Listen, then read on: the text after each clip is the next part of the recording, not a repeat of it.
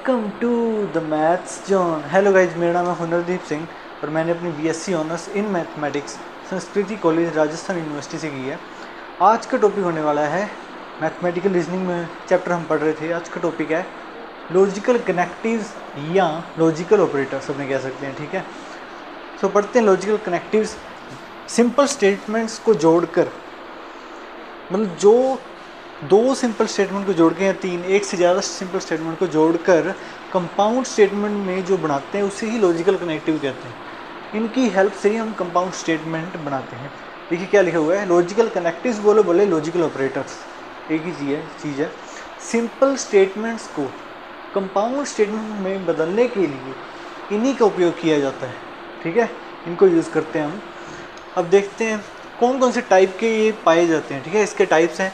एक एंड होता है लॉजिकल कनेक्टिव, एक और होता है, एक होता है इफ़ देन, एंड एक होता है इफ़ एंड ओनली इफ़। उसके अलावा भी होता है। ठीक है, अब देखते हैं इसमें कि कौन कौन से कनेक्टिव्स हैं, उनके क्या सिंबल है, उनका क्या यूज़ है, कैसे रीड करते हैं उन्हें, उनका क्या नेचर है, और उनका सेट इक्विवेलेंट देखेंगे कि मतलब जिसको सेट में जिसका मीनिंग इनके जैसा है वो कौन कौन से सिंबल है वो भी देखेंगे हम।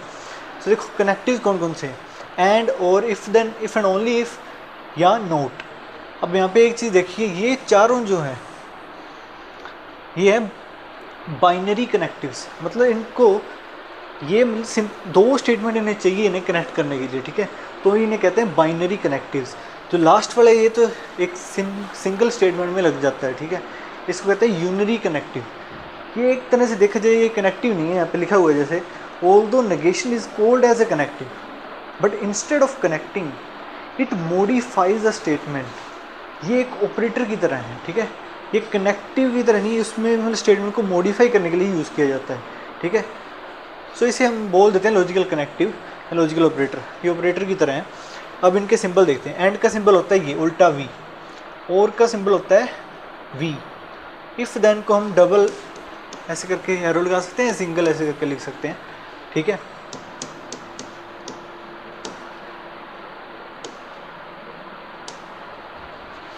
ठीक है। अब देखो इफ़ एंड ओनली इफ़ का, उसमें दोनों साइड एरो आ जाएगा। ठीक है, ऐसे या ऐसे, इसको कहते हैं इफ़ एंड ओनली इफ़। उसके बाद नोट के ये होगा, ये इसको कहते हैं टिल्डा। ठीक है, ये टिल्डा है। ठीक है, और ये इन दोनों में से कोई भी यूज़ कर सकते हैं हम नोट के लिए करने सिंबल। ओके, आगे अब देखते हैं इनका यूज़ कैसे करते हैं। जैसे आपको पता है कि स्टेटमेंट्स को हम इंग्लिश के अल्फ़ाबेट में लिखते हैं लोअर केस लेटर से, P Q R S A B C D, कुछ भी लिख दो। ठीक है, तो पी सिंपल स्टेटमेंट है, क्यू भी एक सिंपल स्टेटमेंट है। ये दोनों एंड कनेक्टिव से जुड़कर ये कंपाउंड स्टेटमेंट बना रही हैं। ठीक है, पी एंड क्यू, इसको रीड कैसे करते हैं, पी एंड क्यू। अगला देखते हैं, ये देखो इसको रीड कैसे करेंगे, पी और क्यू। यहाँ पे और कनेक्टिव है, यहाँ पे क्या है ये वाला, इसका सिंबल मतलब इफ़ देन। इसको हम ऐसे भी पढ़ सकते हैं, इफ़ पी देन क्यू, जो यहाँ पे कनेक्टिव है। या इसको हम ऐसे भी कह सकते हैं, पी इम्प्लाइज क्यू।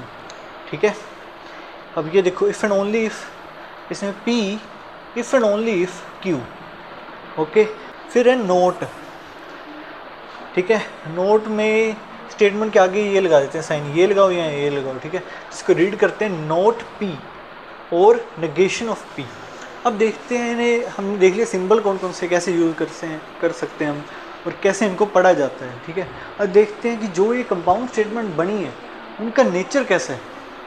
ठीक है, उनको हम कहते हैं, मतलब वो अलग अलग टाइप की, हमने टाइप्स पढ़े हैं इसके कि जो हमारे कंपाउंड स्टेटमेंट होती है वो उसके कितने टाइप होते हैं, या तो कंजंक्शन कंपाउंड स्टेटमेंट, या डिसजंक्शन, या कंडीशनल, या इम्प्लीकेशन कह सकते हो, बाई कंडीशनल कंपाउंड स्टेटमेंट। ठीक है, सो इस ये नेचर है उनका, कौन सी मतलब कंपाउंड स्टेटमेंट फॉर्म होती है किस किस कनेक्टिव का यूज़ करने पर। ठीक है, एंड कनेक्टिव अगर लगाते हैं तो हमारी कंपाउंड स्टेटमेंट का नेचर होता है कंजंक्शन। ठीक है, और कनेक्टिव लगाते हैं तो वो होती है डिसजंक्शन। अगर ये वाला कनेक्टिव लगाते हैं तो ये होता है कंडीशनल या इम्प्लीकेशन। ठीक है, अब ये इसका मतलब कौन सा नेचर है, बाई कंडीशनल या डबल इम्प्लीकेशन कहते हैं, या इसको एक और नाम कहते हैं इक्विवेलेंस। ठीक है, और ये नोट वाला इसके लिए नेगेशन। तो इनके सेट इक्विवेलेंट देखते हैं, सबके नहीं है, जिन जिन के हैं वो बता देता हूँ मैं। जैसे मैथमेटिकल रीजनिंग में एंड का यूज़ होता है, ये इक्विवेलेंट है सेट में, जैसे हम इंटरसेक्शन का यूज़ करते हैं, ठीक है, ये उसके इक्विवेलेंट है। सेट में हम इंटरसेक्शन का यूज़ करेंगे, इधर हम एंड का, इनका मतलब एक ही होता है, ठीक है। और मैथमेटिकल रीजनिंग में जैसे और का यूज़ होता है, वैसे ही सेट में उसका इक्विवेलेंट क्या है, उसका इक्विवेलेंट है ये यूनियन, ठीक है, यूनियन का सिंबल है। और वैसे ही नोट का सेट इक्विवेलेंट क्या होगा, कॉम्प्लीमेंट। एक बार एक कॉम्प्लीमेंट या मतलब बार लगा दो या डैश लगा दो, ये तीनों तरह से लिख सकते हैं हम, कॉम्प्लीमेंट होगा, ठीक है। सो एंड का क्या है, इंटरसेक्शन, और का है यूनियन, नोट का है कॉम्प्लीमेंट, ठीक है। तो ये मैंने पहले बता दिया आपको। तो ये था लॉजिकल कनेक्टिव्स। हमें पता होना चाहिए कि कौन कौन से कनेक्टिव्स हैं हमारे पास, जिसे हम सिंपल स्टेटमेंट्स को जोड़कर कंपाउंड स्टेटमेंट बना सकते हैं, ठीक है। So thank you for watching this video. आज का लेक्चर यहीं ख़त्म होता है। छोटा सा टॉपिक था बट मेन था, ठीक है।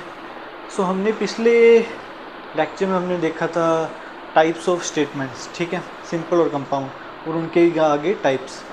इसमें हमने देख लिया कि कंपाउंड स्टेटमेंट कौन कौन से कनेक्टिव्स से बनती है, सिंपल स्टेटमेंट को किन किन कनेक्टिव से जोड़कर हम कौन कौन सी कंपाउंड स्टेटमेंट बनाते हैं, ठीक है हमारे पास, ठीक है। तो ये था छोटा सा टॉपिक। आगे हम बहुत ही मेन टॉपिक्स आने वाले हैं। अगर आपको ये वीडियो अच्छी लगी हो तो लाइक, शेयर और सब्सक्राइब कर देना, और नोटिफिकेशन की घंटी दबा देना, ताकि मेरे वीडियोज़ का नोटिफिकेशन आपके पास सबसे पहले आए। तब तक के लिए बाय।